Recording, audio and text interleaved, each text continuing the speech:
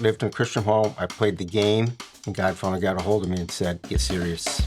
And what was it like serving as a couple on the team? We stayed in one home. It was so cold. We both slept in the bottom bunk together to stay warm. I said I'd like to come to the ministry to travel, but I got bored. What were some of the things you were most proud of to work on? Probably remodeled almost every building on that property. What's been hard about this life? It's definitely had some challenges. Welcome to Changed Lives, a special limited series in which I explore the incredible stories of the people behind the scenes at Life Action, a ministry with the mission of reviving relationships through transformative events. Each of these individuals, my coworkers, have experienced God move in big and unexpected ways. The more I heard their stories, the more I thought, people need to hear this. In this series, you'll get a first-hand look at how God is working in and through the people of Life Action, the challenges they face, the faith that sustains them, and the lives being transformed along the way. Their stories are powerful. In today's interview, I'll be talking with Henry and Toni Rademaker. Their story began while traveling on the road teams and has continued through years of faithful behind-the-scenes service. Henry caring for maintenance and landscaping, and Toni stewarding data and details with our ministry friends at Revive Our Hearts. Their love for the people they serve is evident in everything they do. As you listen, consider how you can play a part in the mission. Life Action moves forward because of faithful people like Henry and Toni and supporters like you who make this kingdom work possible. Enjoy the conversation. So I'd love to start with who you are, what you do. How do you answer that question? I do facilities and grounds, the IMC, and I don't do as much grounds at the camp, but do a lot of the construction part of it, Okay. repairs. Busy. Yes. A lot of busy. There's a lot of ground to cover and a lot of things to repair. There is. A lot of old buildings. A lot of old buildings. Mm-hmm. And how about you? How would you answer that question? I'm Toni, and I work in data processing and process all the money and the donations and orders and fulfillments and things for Revive Our Hearts, which used to be the sister ministry of Life Action. Mm-hmm. So Great. I do that. Great. So you're in this building just across the hall. Correct. Yes, absolutely. Okay, well, wonderful. Well, we're going to find out how you got there and how you both got here. But I want to take us back. So, Toni, I'll start with you. Tell us where you're from and where'd you grow up? Yes, I grew up in Kokomo. My mom was a Christian. My dad was not. Mm-hmm. And he got cancer when he was 38 years old. And he got saved before He did. he passed, though, but he died at 40 years old. Through the influence of your mom, or what do you remember about Through that? the influence of my mom. And so my mom sent us to Christian school. She had always wanted to send us to a Christian school. My mom worked full-time as a single mom. And I had two sisters, an older and a younger, so I'm the middle child. And which is great. And I graduated and went on to Pensacola Christian College in Florida. Okay. And after that. So you went to, what were your plans when you were going to college? What did you want to do and be? I really did not want to go to college. I did not like college. And I just wanted to be a mom and raise kids and get married and serve the Lord in a missionary capacity. And I'd always wanted to do that, be in full-time missions. And so when I went to college, I just majored in home economics and minored in psychology, just something to do. And my high school principal left when I was in high school and went to Life Action Ministries.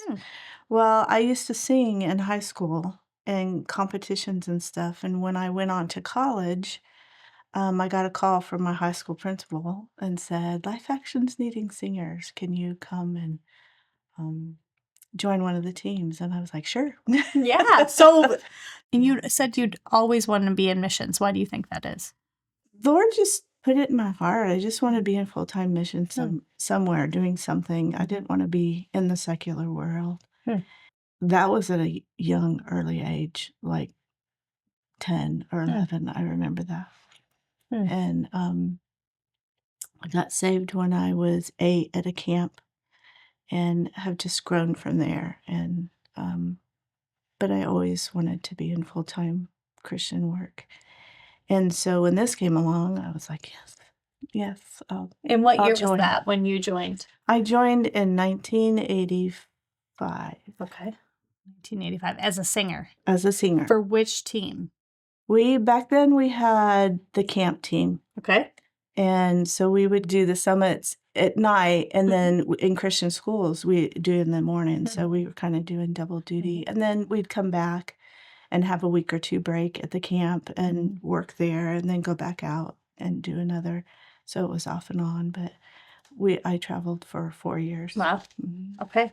All right. I want to talk about that, but I'm going to put a pause there because I want to switch over here to Henry, and I want to hear a little bit about where you're from and what was life like growing up. I'm originally from Grand Haven, Michigan, Okay. which is just north of here. Mhm. Was raised in a Christian home.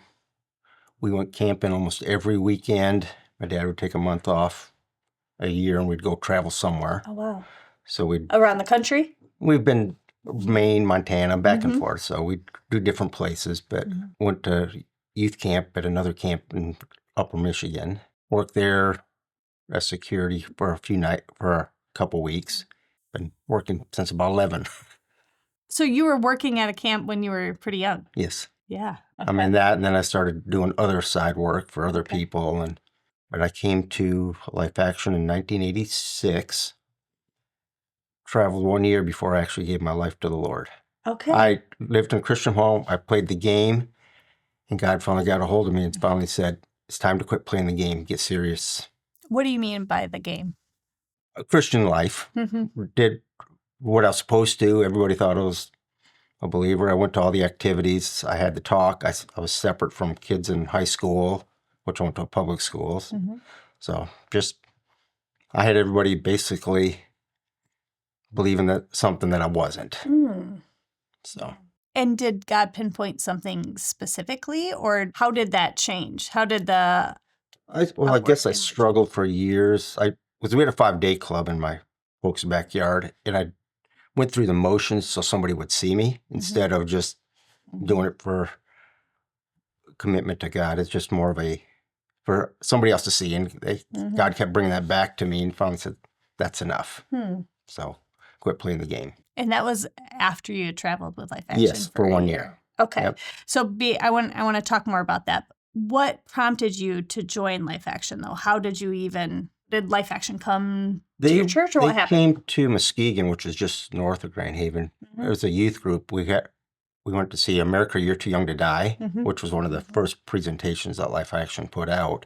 Went to a couple different ones, and then I thought, it'd be fun to travel because I'd like to see the country. And so I was kind of dragging my feet, but my Sunday school teacher knew of Life Action, so he kept pushing me to fill out the application and finally send it in. So I finally did that, and then I was accepted, and I came to the camp team and ran sound. And then there was an individual that I started keeping my eye on and listening to more often than the rest of the team. Why was the spotlight always on this one singer? Interesting. So let's talk about that. So you're here for a year already, 1985, but Henry comes in 1986, and you all serve on the same team together? Okay. So tell me about that from your perspective. Well, he started pursuing me, and I had just come out of a relationship that I didn't feel like the Lord was in high school, that I didn't feel like the Lord was leading me that way. And so I kind of wasn't, I just wanted to serve the Lord and not get involved. And he kept coming after me and pursuing me. And over the year, I had seen his character and his love for the Lord and his desire to serve the Lord. And that just drew me to him. Yeah, more than anything. Henry, what was it about Toni that drew you to her? I don't know. Just all of a sudden, that attraction was there, and just wanted to get to know her and just her love for the Lord and just going from there. Mm-hmm. And what was it like serving together as a couple on the team? This happens Yes, frequently. I've interviewed quite a few where this is. Yeah, it was Mhm. you get to know them deeply because you're in the bus or the van or whatever 24 hours a day, it seems like. So you get to see them in their worst and in their best. Yeah. And There's a lot of late nights, early Yeah. mornings, a lot of yeah. stress and pressure. So you really get to know. So we got to know individual. each other's character and what our hearts' desires were Mhm. toward the Lord and toward our future and Mhm. toward and yeah, Things in common. And yeah. Mhm. We're both short, so that's one thing we have in common. And you had been serving for a year, and then you come on year 2, but you said that you served for 4 years. So did you both serve together for that long? Mm-hmm.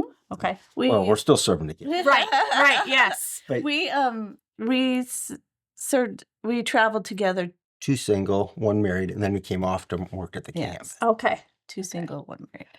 We loved staying in the people's homes. Mhm. We just loved it as a married couple. Mhm. Getting to know them, and Mm. that's how we got most of our supporters. Okay. Was Because people you that we weren't stayed traveling with. because you were on the team. So you were just staying in the same The host same home together home- as a home. married couple. Mhm. Yeah. Right. And we didn't stay in a trailer, which I don't know if I would like. I like staying in people's Why? homes. Why is that? Just getting to know people. We were more outgoing back then. Mhm. I think having children and grandchildren over the years has kind of calmed us down from interacting. But I loved it. Well, it sounds like it was a grand adventure. Mhm. And were you in your Yes. early 20s at this time? Yes. Yeah. Okay. Mhm. Any fun stories from that time of those years traveling together as a married couple?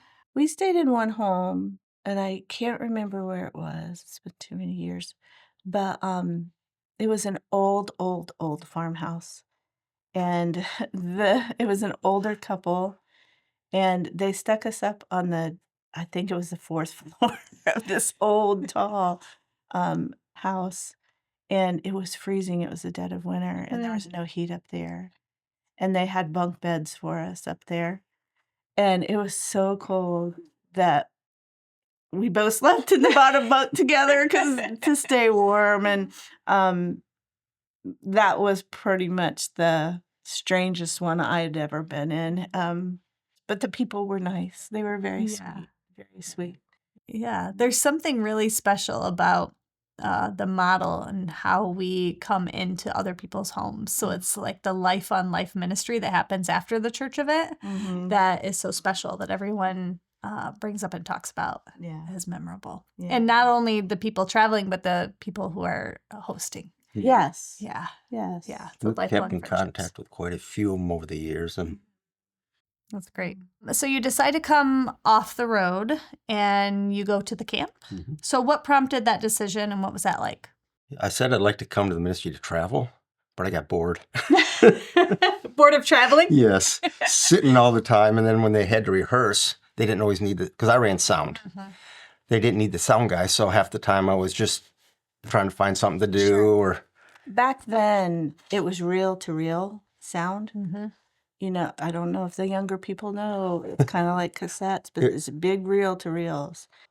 And he'd have to hook them up and when we sing, but after that, he had the day where he pretty much didn't do anything. Mm-hmm. Didn't need. So he was kind of a little bored. so as we travel, I'd watch houses being built or doing different things. And I'd try to help around Okay. people's homes some. It's just, I was ready to get in. Yeah. Because do you feel like God has given you just a desire to work with your hands and help fix things? Is that what you were feeling at that time? Yes, because when we weren't traveling, we'd go back to the camp and we'd work. I loved that. And I just love to work manually. Mm-hmm. Mhm. Okay. I've been doing that since almost 11. I'm just one of those people that just love to work and be kept busy. Uh-huh. And so the camp position opens up. What does that look like? What does that mean? Well, I came off the road to do landscaping Okay. because there was another guy that was doing maintenance at the time, and we wanted to start a family. So we came off the road. I started as I was going to do landscaping, and then they pulled the other maintenance guy over to headquarters and basically said, "There's the camp. It's yours." So This is my favorite thing about these interviews is that always there's a story of I came to do this, but what I actually did was this. So, okay. yes, I mean, even before we came off the road, though, we were camp counselors because we had youth camps. Okay. So we were both camp counselors, and during youth counseling, I was doing maintenance, I was a lifeguard, and counseling all in the same summer. So I came off. I don't think she was quite as ready to come off the road, but we came off the road, and then I think for the first full year at the camp, we were the only one on the camp. Really? So So you lived on the camp. We and you lived were on the only camp. ones there. What year? So that would have been what? Early, 89. late 80s. Okay. And it was still a youth camp at that point? Yes. Okay. So, So Jimmy and Lori weren't out there? they came a little later than Okay. we did. Gotcha. Well, what was that like then, being the only people on the camp? I didn't mind it. Yeah, it wasn't too bad. I did miss the families, but I didn't want to travel and have children Yeah. and travel. That I just wasn't called. I didn't feel like we were called to do that. I wanted to be home and raise my kids, Sure. not on the road. So is that when Not you a bad started? thing. It's just Yeah, sure. But yeah, so we started having kids almost right away, and I homeschooled them and raised them and enjoyed it. Yeah. And so were they camp kids? Yeah. What do you mean by camp kids? The other camp I used to work at, they had camp kids that thought they run the place. So we didn't let our kids just run all over the place. Yes. And so what would you say life was like for them growing up out there? I think they loved it. They seem to love it. You have the lake right there, and can go swimming all the time, and a lot of freedom to run some. But we did pull back the reins a little bit when the teams and stuff were there, and but we let them go to all the clubs and all the activities and stuff like that. But yeah. And so you were doing maintenance then for the camp during that whole time. Can you think about some of like the big projects you worked on, or what were some of the things you were most proud of to work on? Well, since I came, I became a licensed contractor for the ministry. I started pulling permits for them. I've built a lot of rehearsal suites, a couple of training suites, Canfield's house, I built that one. So I just enjoy the cottage, finish off the duplex. Wow. So I did a lot of construction part of it and did a lot of remodeling. I probably remodeled almost every building on the property at one point or another. Wow. That's really cool. And you had always wanted to be in ministry, and now you're serving in ministry, but kind of a behind the scenes, making sure that the facilities are working properly. And it's something almost that goes unseen unless there's a problem, usually, right? Yeah. Usually. Yeah. And so, but I love this lens on it. So tell me, how do you view your role as being in ministry? Because I think that it is, obviously. But how do you see that? Helping others succeed. Preparing a place for them to be able to meet with God or to relax, get away from this, hopefully, stress of every day where they're not seeing all the problems that they have to fix, but try to make them less visible. But I enjoy working behind the scene. I'd rather not. You would? Okay. Definitely. Okay. So you don't want to be up in front talking. Definitely not. Okay. So you're serving out there together still, and you're raising children. How many kids? I have 3 children. Children. 2 girls and a boy. We have 3 children. And they're all married. They're all They're married. all married Okay. now. All right. And so as they're growing up and being a part of the Life Action community, are you thinking they might do something at Life Action, or like how do those conversations go, and what did they decide to do? At one point, they all had worked for Life Action. Okay. Different areas. My son didn't work as long, but he worked in the maintenance area, grounds. And my daughters Both worked in the office. And now one's a labor and delivery nurse. The other one's a teacher. but she had lost her hearing, so she had to stop teaching. Mm. So she's a stay-at-home mom. Mhm. And then our son is a realtor and Engineer for works in a a local company. So. works in a local company. Mm. And the greatest blessing is, though, they're lovers of Jesus. Yeah. So they're all saved. And we have 7 grandchildren.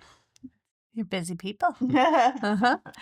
And so at the camp, you work there in maintenance, facilities, construction. At what point then do you start serving some of the other properties as well? I think I've done stuff here at the IMC, the headquarters, on and off throughout the years. And then when we got the River Lodge, I worked on and off over there on different projects, but mostly at the camp because for a while there, like I said, I was the only one, so it's enough to keep me busy. And then about 8 years ago, They moved us. we moved to the lodge, and I was trying to take care of that property over there, and then up here with the IMC, and now I'm filtering back and forth between the camp and the three properties. 3 properties. So What's been hard about this life, about giving your life to Life Action? Because you've been here since the 80s. You really have dedicated your life to Life Action and serving Jesus and this ministry. It sounds like a lot of great memories, but it can't be without some challenges, right? it's definitely had some challenges. But you got to remember what you're doing it for, and which is for the Lord. Yeah, raising support probably for me is That's one of the hardest. When we first came to the ministry, back when Dell was alive, he said, "Just come, God will supply, meet your need," and it was true. But we lived on little then, and you had to, oh Lord, we need groceries for this next week, and pray and see God provide. And that was hard, but it was also good. And it also brought us closer to the Lord. And it was good for our kids too to Depending- see a dependency upon God. how we're going to meet our needs and Mhm. things. So, Yeah. but support is probably the biggest thing because I am not a communicator. I'm not. I just have a hard time just asking or telling or. Sure. Like I said, I'm more behind. I'd rather just be invisible. Yes, yeah, right. Because how do you communicate what it is that you do, right? You're serving Jesus. It's more of a behind the scenes type of role. And so that kind of adds another layer of difficulty probably in describing Yeah. what your service is here. Can you, when you think back, can you think of any times that stand out where God has provided just in astounding ways that you didn't see coming? Oh, The- lots. Well, Cars. The biggest one that sticks out to me is the one month our kids everybody got strep. We had 7 times in the month, and we didn't have any more money, and we had 2 weeks to go. Really didn't have groceries, and before the end of that month, we had plenty of groceries, and our bills were met at that point. So One Thanksgiving, somebody brought us turkey dinner. we had And, people buy us tires for our van at one point. Yeah. And it probably really grows your faith, as you mentioned, to be that dependent and see God provide time after time after time. Yeah. And it's not something we did. Mm-hmm. It's of God because it's not something that we had done. Just like God told the Israelites to build these towers for remembrance, these are our towers in our life to build those remembrances of how He's blessed. So And you still see that today Oh, yeah. because you're still raising support today, definitely. right? Yeah. And I'm sure that brings added challenges. You're not raising kids anymore, but you've got grandbabies. Yeah. So, Yeah. yeah. The way that Life Action is structured, like a funding model, a lot of folks that work here do depend on God to provide and support from others. And I'm not sure everyone necessarily knows that. And so when you're trying to explain that to other people, like how do you explain that to others? Most churches and most Christians know missionaries raise support to go to other countries to spread the word and share the word. And so I've always told them, we're the same. We're just doing it in the United States. And we're spreading the word and into churches for revival. And they kind of get it then. It's like, oh, okay, I understand that.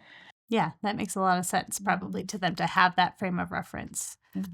Still serving Jesus, still creating spaces for people to experience God's love and extend that to others. And that's kind of what you do, right? You're creating those physical spaces that actually are important. It actually matters. Right. And we do see God using those spaces to do great works. Correct. Just to this day.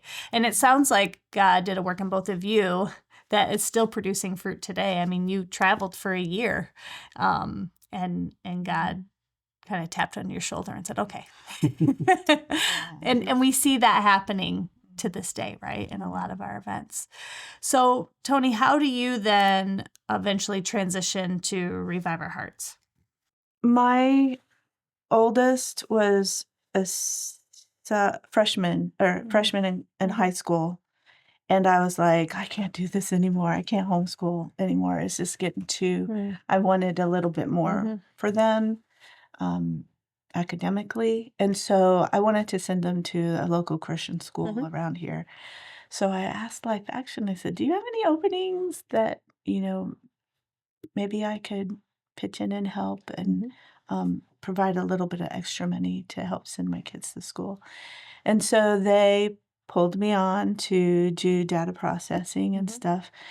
But the funny thing is I've always done Revive Our Hearts work, Revive Our Hearts data processing, but it was always under Life Action. So I was a Life Action employee still. And I've been working for 18 years. Yeah. Here. Yeah. And how do you like your role? I love it. I love working with numbers and entering data. And it's just, I just love it. It's relaxing to me. It's enjoyable. And I love the people around too. Yeah. What's it like being a part of the community of Life Action, Revive Our Hearts? You've been here for decades now. So what do you really treasure about the community? Family. They're like family. So when they hurt, you hurt. They're there to help you grow spiritually, be accountable, Encourage. encouragement. Yeah. Just a lot of blessings from other people. Because life, just like ministries, has its ups and downs and its hard days and its good days. But walking through it together Yes. makes it a little bit easier. And it sounds like that's what you've experienced. Oh, yeah. Yeah, that's great. Body of Christ. Yeah. So when you think about Life Action and the work that you're doing now and kind of where we are and where we're heading, what do you pray for this ministry? Probably more of that. His will be done and whatever it takes to get us to where we need to be. That we would always rely on God and not ourselves.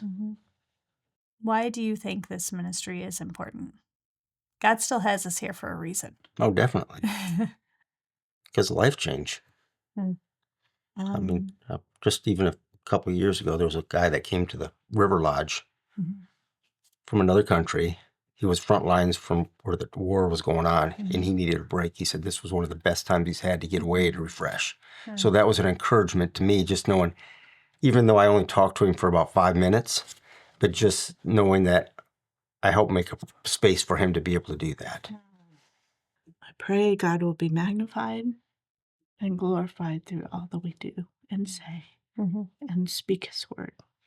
It's not about us, about anything we can do, but And Toni, why do you think this ministry is still important?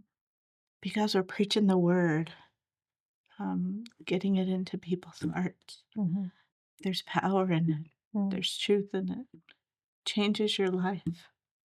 families are being held together or put back together. You've probably seen countless examples of life transformation. Yeah. Mhm. Yeah. And that's great. How has God met you both in this experience? Oh, he's grown me tremendously. Grown spiritually. We've been challenged. We've been taken to a deeper faith than what we've had been if we were not here. So Is life transformation something that just happens once, or do you think continually? I think it's a daily thing. You need to, you're being transformed daily to His image. Years from now, when you have double the amount of grandbabies you have now, and you're thinking back on your time with Life Action, what do you hope your legacy is here? Like what do you hope you leave behind? That we were faithful. Mm. We're known for being trusting God. That we loved God. It's a pretty powerful and concise answer that says a lot in a little words. Yeah. Well, thank you so much for joining me today and telling me your story and how it's just been so interwoven with the history of Life Action. And I'm praying that what you're praying for comes to fruition. So, thank you both. Thanks for listening to this episode of Changed Lives. If you were encouraged or inspired by what you heard, I want to invite you to take the next step. You can support the people whose story you just heard and others like them by visiting lifeaction.org/changedlives. Whether through prayer, giving, or sharing these stories, you can be part of what God is doing to revive relationships and transform lives.